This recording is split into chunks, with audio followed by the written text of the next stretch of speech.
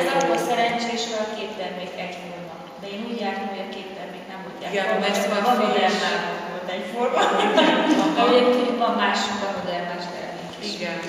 És egy kedves ismerősömnek, egy másik ismerősömön keresztül mondtam neki, hogy van ez a ganodermás kávé, és úgy adta tovább, hogy az interneten fölmenni ganodermás, és kész. És elment hozzájuk Kaposvárra látogatóba, és mondja nekem, hogy hát már ő is ezt a teát tiszta, meg ilyen kapszulát vesz, meg hát ezt nem is rajtam keresztül, meg úgy eltöprengtem rajta.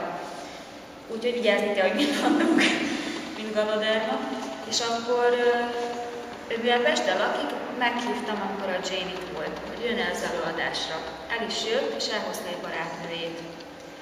És ugye benne a teremben találkoztunk, és a teremben mondta azt, hogy jaj, ezt mi olyan jól nevettünk, azt mondja, kiderült, hogy jó, hogy nem mutogattam ezt a terméket, mert hogy mi egészen mást használunk, és elővette, és ugye mutatta, hogy van ráírva egy dumiba így a táskája aljából. És akkor odaírt a Karinát, és beszélgettünk, és mondja így nekünk, hát, hogy ha nem lenne probléma, akkor lehet, hogy előadás közben elmennének. Hát mondtuk nekik, hogy nincsen semmi probléma. Természetesen egész végig ott maradtak, nagyon jól érezték magukat, és hétfőn az volt az első dolog, hogy elment vásárolni. És kiderült a barátnőjéről, hát aki senkinek nincs ráírva, hogy ki kicsoda, hát nagyon egyszerű hőség hölgy volt, kiderült róla, hogy a Budapesti Orvostudományi Egyetemen tanít, és ilyen szív- és érrendszeri témakörben. Tehát, és ő már tényleg szakmai szempontból is nézte dolgokat, végigülték az előadást, és utána még vásárolta is.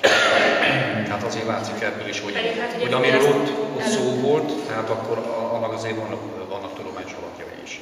De persze mi nem feltételezzük, hogy nem így van, de hát azért egy orvos is, hogy meg tud győzni ezt a dolgot, ez hogy elhangzott, azért az már tényleg egy bizonyosság a terméket illetően, de hát nem is kell, nem fogyasszák, azok csak tudnak mondani.